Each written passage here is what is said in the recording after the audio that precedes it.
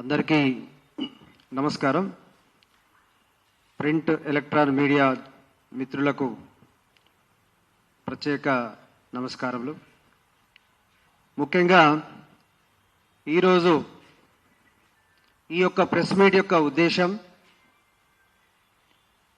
యావత్ తెలంగాణ రాష్ట్రంలో ఉన్నటువంటి ముద్రా సంఘాలన్నీ ఐక్యవేదికగా మారి 18న తలపెట్టినటువంటి బీసీ జేఏసీ తలపెట్టినటువంటి రాష్ట్ర బంద్కు సంపూర్ణ మద్దతును ప్రకటించడానికి ఇక్కడికి మేము రావడం జరిగింది.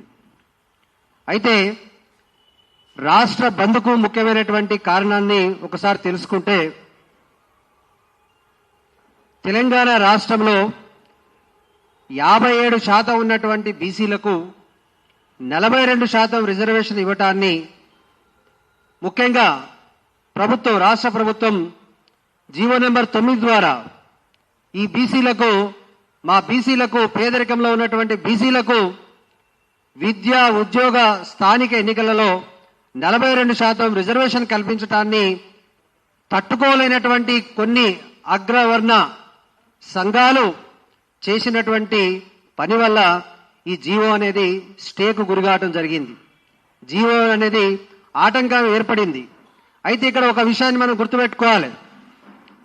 బీసీలకు 42% రిజర్వేషన్ అనేది ఇక్కడ తెలంగాణ రాష్ట్రంలో మాత్రమే జరిగింది కాదు. తమిళనాడు రాష్ట్రంలో 50% రిజర్వేషన్ బీసీలకు ఇచ్చినారు. టోటల్ బీసీలు అక్కడ మొత్తం రిజర్వేషన్ 69% జరిగిపోయింది. కానీ తెలంగాణ విషయంలో బీసీలకు రిజర్వేషన్ ఇవ్వటాన్ని తప్పుపడుతూ జీవో నెంబర్ 9ని స్టే చేయటాన్ని మా ముద్రా సంఘాల ఐక్య వేదిక సంపూర్ణంగా ఖండిస్తా ఉన్నది. అయితే ఇక్కడ ఒక విషయాన్ని మనం గుర్తుపెట్టుకోవాలి. ఎప్పుడైతే ఈ బీసీ బిల్లు అనేది తెలంగాణ అసెంబ్లీలో ప్రవేశపెట్టబడిందో అప్పుడు అన్ని పార్టీలు కూడా మద్దతు తెలిపినాయి. ముఖ్యంగా కేంద్రంలో ఉన్నటువంటి బీజేపీ, రాష్ట్రంలో ఉన్నటువంటి కాంగ్రెస్, బీఆర్ఎస్, కమ్యూనిస్టు పార్టీలు అన్నీ కూడా ఎంఐఎంతో సహా అన్ని పార్టీలు కూడా మద్దతు తెలిపినాయి. వాస్తవానికి ఒక రిజర్వేషన్ అనేది 50% దాటాలి అంటే, 50% క్యాప్ దాటాలి అంటే, ఇందిరా సాహ్ని కేసులో వచ్చినటువంటి తీర్పు ప్రకారము 50% దాటాలి అంటే ఖచ్చితంగా అది 9వ షెడ్యూల్లో చేర్చబడి ఉండాలి. 9వ షెడ్యూల్లో చేర్చడానికి ఎవరు కారణము? చేర్చాల్సింది ఎవరు? చేర్చాల్సింది కేంద్ర ప్రభుత్వం.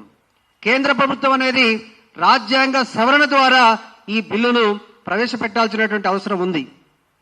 కేంద్రంలో ఉన్నటువంటి పార్టీ ఏదనేది నేను సూటిగా ప్రశ్నిస్తా ఉన్నా. కేంద్ర ప్రభుత్వంలో ఉన్నటువంటి పార్టీ బీజేపీ పార్టీ.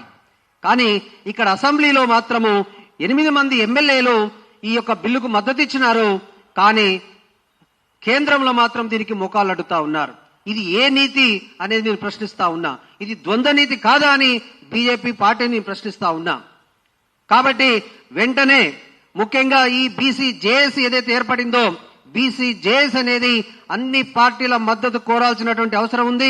అవసరమైతే అఖిల పక్షాన్ని తీసుకొని ఢిల్లీలో మనము ధర్నా చేయాల్సినటువంటి అవసరం ఎంతైనా ఉంది.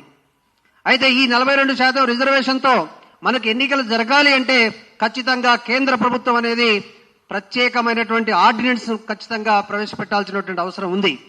కేంద్ర ప్రభుత్వం ప్రత్యేకమైనటువంటి ఆర్డినెన్స్ ప్రవేశపెడితేనే అది 6 నెలల వరకు అది కొనసాగుతుంది. ఆ లోపు మన ఎలక్షన్లు జరుగుతాయి, తర్వాత పార్లమెంట్లో బిల్లు పెట్టే అవకాశం ఉంటుంది. కానీ దానికి సహకరించాల్సినటువంటి పార్టీ బీజేపీ పార్టీ. ముఖ్యంగా ఇక్కడ ఒక విషయం ఏంటంటే, ఈ బీసీ జేఏసీకి చైర్మన్ గా ఉన్నటువంటి మా అన్న టైగర్ ఆర్ కృష్ణన్నను మేము స్వాగతిస్తా ఉన్నాము. అయితే మా టైగర్ కృష్ణన్న బీజేపీ పార్టీకి సంబంధించినటువంటి వ్యక్తి. ముఖ్యంగా వారి మీద ప్రత్యేకమైనటువంటి బాధ్యత ఉంది. వారు బీజేపీ పార్టీని ఒప్పించాల్సినటువంటి అవసరం ఉంది. అవసరమైతే బెదిరించాల్సినటువంటి అవసరం ఉంది. మీతో పాటు మేము నడవటానికి సిద్ధంగా ఉన్నాము. మద్దతు అంటే ఉత్తగా ప్రెస్ మీట్ లో మద్దతు చెప్పడం కాదు. ఖచ్చితంగా గ్రౌండ్ లెవెల్లో మీ యొక్క కార్యాచరణలో ప్రత్యక్షంగా పోరాటానికి సిద్ధంగా ఉంది ఈ ముదిరాజ్ జాతి అనే విషయాన్ని మీరు గుర్తుపెట్టుకోవాలి. ఎందుకంటే తెలంగాణ రాష్ట్రంలో బీసీలలో అత్యధిక జనాభా ఉన్నటువంటి కులం ఏదైనా ఉన్నది అంటే అది ముదిరాజ్ కులం. కానీ అటువంటి ముదిరాజ్ కులాన్ని మీరు బీసీ జేఏసీ ఏర్పాటు చేసి అక్కడ బీసీ జేఏసీలో ముదిరాజులకు పాత్ర ఇవ్వకపోవడానికి కూడా మేము ఖండిస్తా ఉన్నాం, ప్రశ్నిస్తా ఉన్నాం. ఎట్ ద సేమ్ టైం మీరు తలపెట్టినటువంటి రాష్ట్ర బంధును సంపూర్ణంగా విజయవంతం చేయడానికి కంకణ బద్దులై ప్రత్యక్షంగా పోరాటానికి దిగడానికి కూడా మేము సిద్ధంగా ఉన్న విషయాన్ని తెలియజేస్తా ఉన్నాం.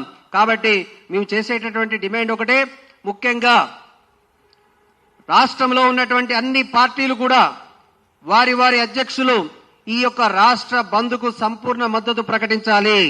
ఆ విధంగా బీసీ జేఏసీ అనేది వారి మీద ఒత్తిడి పెంచాలి. ముఖ్యంగా గతంలో ఉన్నటువంటి ముఖ్యమంత్రి వర్యులు కేసీఆర్ గారు ఈ విషయం మీద మాట్లాడాల్సినటువంటి అవసరం ఉంది అని నేను సూటిగా వారికి విజ్ఞప్తి చేస్తా ఉన్నాను.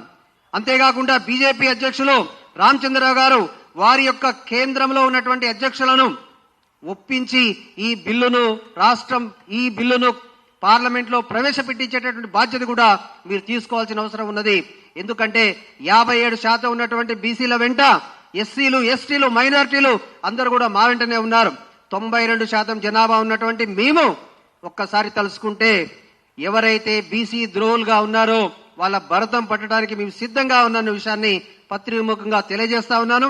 అదేవిధంగా ముఖ్యంగా మా బీసీ జేఏసీ చైర్మన్ అయినటువంటి మా కృష్ణన్న గారికి ఒక విజ్ఞప్తి చేస్తా ఉన్నాను. బీసీ జేఏసీలో ఉన్నటువంటి కోర్ కమిటీలో కూడా ముదిరాజులకు స్థానం కల్పించాలని మీకు విజ్ఞప్తి చేస్తా ఉన్నాను.